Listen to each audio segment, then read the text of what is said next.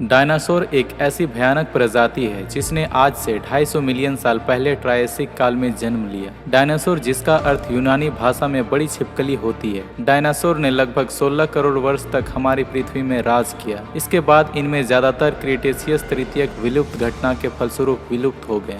Dinosaur शब्द का प्रयोग सबसे पहले 1842 में सर रिचर्ड ओवेन के द्वारा किया गया था। आज से हजारों साल पहले पृथ्वी पर इन्हीं दैत्यकार जीवों का बोलबाला था। उस समय डायनासोर पृथ्वी के हर महाद्वीप पर 1500 से ज्यादा प्रजातियों के साथ वास करते थे। लेकिन 16 मिलियन साल पहले पृथ्वी पर कुछ ऐसा हुआ कि डायनासोर का अस्तित्व ही खत्म हो गया। तो दोस्तों, आज का ये वीडियो काफी मजेदार होने वाला है, क्योंकि हम आपके लिए लेकर आए हैं इस विशालकाय डायनासोर की अस्तित्व की कहानी।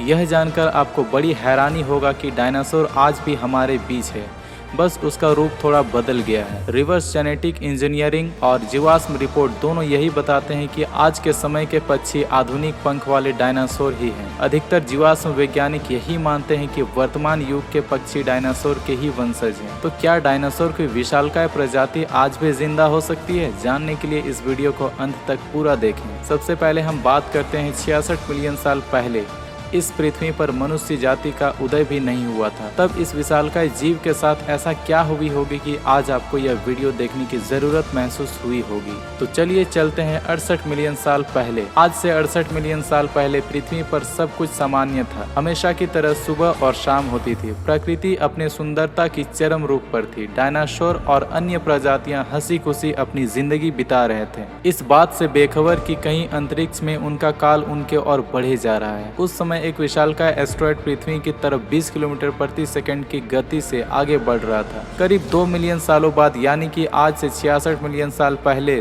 2 ट्रिलियन टन वजनी और 15 किलोमीटर व्यास वाला वो एस्टेरॉयड पृथ्वी के बिल्कुल नजदीक पहुंच गया। कुछ ही समय में वो एस्टेरॉयड पृथ्वी के वातावरण में प्रवेश कर गया। पृथ्वी के वातावरण में प्रवेश करते ही एस्टेरॉयड वायुमंडलीय फोर्स के कारण आग का गोला बन गया। उसे देखकर ऐसा लग रहा था जैसे किसी दूसरे गैलेक्सी का सूरज हमारी पृथ्वी की ओर आ रहा हो। एस्टेरॉयड को पृथ्वी के सरफेस तक पहुंचते पहुंचते वायुमंडलीय फोर्स के कारण इसका डायमीटर 10 किलोमीटर तक रह गया। कुछ पलों में ये धधकता हुआ आग का गोला पृथ्वी के सरफेस से टकरा गया। जैसे ही यह पृथ्वी के सरफेस से टकराया तो उस स्थान से 300,000 टुपिक किलोमीटर अर्थ पर तेजी से उछलकर स्पेस की ओर चला गया। इधर जमीन से टकराव की वजह से महाविस्फोट की स्थिति पैदा हो गई। ये टक्कर इतनी भयानक थी कि 800 किलोमीटर के दायरे में तापमान 3000 डिग्री सेल्सियस तक पहुंच गया और 800 किलोमीटर के वृत्ताकार घेरे में आने वाले प्रत्येक जीव इसके निकलने वाले गर्मी और रेडिएशन के कारण तुरंत मर गए। ये टक्कर हिरोशिमा और नागासाकी पर हुए परमाणु बम विस्फोट से अरबों गुना ज्यादा शक्तिशाली थी। इस महाभयानक टक्कर के बाद उस जगह से धूल का भयंकर गुब्बार उठा। ये गुब्बार इतना खतरनाक था कि इसने कुछ ही समय में पूरी पृथ्वी को धूल के बादलों से ढक दिया। इन बादलों की परत इतनी मोटी थी कि इनको पार करके सूर्य की रोशनी पृथ्वी तक नहीं पहुंच पा रहे। लेकिन ये तो बस एक शुरुआत थी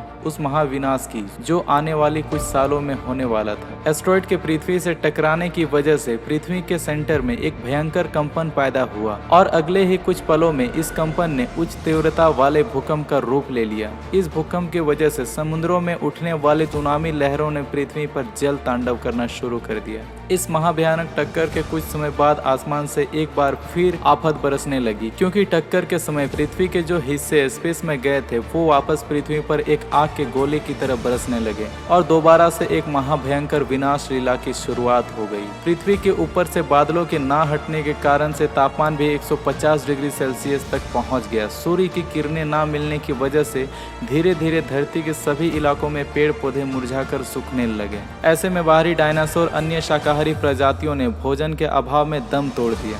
अब बारी थी मांसाहारी भोजन करने वालों की। शाकाहारी प्रजातियों के खत्म होने के बाद डायनासोरों के सामने भोजन की कमी का एक विकराल समस्या खड़ी हो गई। भूख से राहत पाने के लिए डायनासोरों के एक समूह ने दूसरे समूहों पर हमला करना शुरू कर दिया। जो ज्यादा ताकतवर होता वो दूसरों को मारकर खा जाता। करीब 1 साल बाद डायनासोरों की 70 से 80% प्रजातियां खाने और पीने की वजह से बिल्कुल विलुप्त हो गए। बाकी बचे 20% डायनासोरों ने अपना अस्तित्व बचाने के लिए एक दूसरे को अपना शिकार बनाने लगे। कुछ समय में डायनासोर विलुप्त हो गए, लेकिन इस समय भी एक दूसरी प्रजाति ऐसी थी जिसने अपने आप को इन सब हमलों और प्राकृतिक आपदाओं से बचा लिया, और वो थे मैमल्स। उस समय छोटे छोटे जीव जो डायनासोरों से बचने के लिए जमीन के अंदर बिल बनाकर रहते थे, और यही मैमल्स आगे जाकर नई प्रजातियों के उद्भव का कारण बनने वाले थे। जिस समय एस्ट्रॉयड पृथ्वी से टकराया था, उस समय इन मैमल्स ने अपने आप को बिलों में छुपाकर इस भयानक तबाही से खुद को बचा लिया। धीरे धीरे पृथ्वी पर खाने की कमी होने लगी तो इन मैमल्स को पृथ्वी पर जो कुछ भी मिला वो खाने शुरू कर दिए। जैसे जैसे समय बीतता गया, पृथ्वी के ऊपर से बादलों की परत हटती गई। एक बार फिर से सूरज की रोशनी ने धरती को स्पर्श किया। एक बार फिर से वसंत ऋतु आई। एक बार फिर से पृथ्वी ने अपना सुंदर रूप दिखाया। धीरे धीरे चारों तरफ हरियाली हो गई। सब कुछ पहले जैसा ही हो गया। बस कमी थी तो उन विशालकाय जीवों की। लेकिन अब ये वक्त था नई जातियों के पनपने का। जिन मैमल्स ने अपने आप को उस त्रासदी से बचा लिया, अब आने वाले समय में वही एक नया भविष्य रचने वाले थे। जैसे जैसे समय बीतता गया, विभिन्न प्रजातियों अपने आप को विकसित करती गई, और इसी समय में एक नई प्रजाति का जन्म हुआ जो आज इस पृथ्वी पर राज कर रही है। कुछ विद्वान डायनासोरों के अंत का कारण उल्का पिंड को ना मानकर बड़े पैमाने पर लावा के विस्फोट को भी मानते हैं। डायनासोर के अंत वाले उल्का पिंड की थ्योरी भी कुछ साक्ष्यों और डायनासोरों के जीवाश्म से मिले तथ्यों के आधार पर ही दी गई है। लेकिन ये थ्योरी उसी तरह से सर्वमान्य थ्योरी है जिस तरह ब्रह्मांड का निर्माण बिग बैंग थ्योरी के अनुसार वह मानते हैं। लेकिन किसे पता कि बिग बैंग थ्योरी सही भी है या नहीं। ये एक चर्चा का विषय है जिस पर हम भविष्य में चर्चा अवश्य करेंगे। लेकिन इस वीडियो को देखने के बाद एक सवाल जो आपके मन में बार बार आ रहा होगा वो ये है कि क्या उन विशालकाय डायनासोरों की प्रजाति अब भी जिंदा हो सकती है? तो इस सवाल का जवाब है हाँ। आज भले ही साइंस ने इतनी तरक्की कर ली कि वो स्पेस एक्सप्लोरेशन के क्षेत्र में नए नए इतिहास रच रहा है, लेकिन एक कड़वी सच ये भी है कि आज भी हम अपनी पूरी पृथ्वी को पूरी तरह से नहीं जान पाए हैं। आज भी हमारे पृथ्वी पर सैकड़ों हजारों ऐसे स्थान हैं जो अभी भी इंसानों के पहुंच के परे हैं। कुछ तो ऐसे रहस्यमय स्थान भी हैं जो साइंस से परे हैं।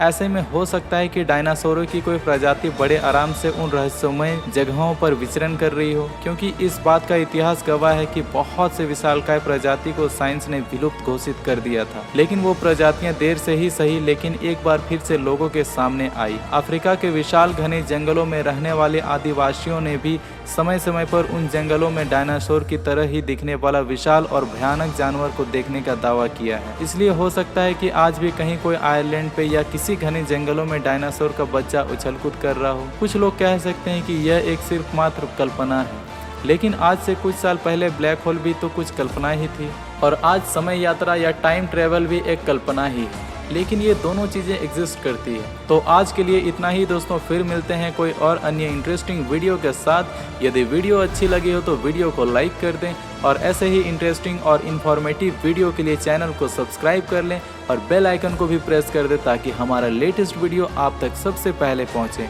जय हिंद।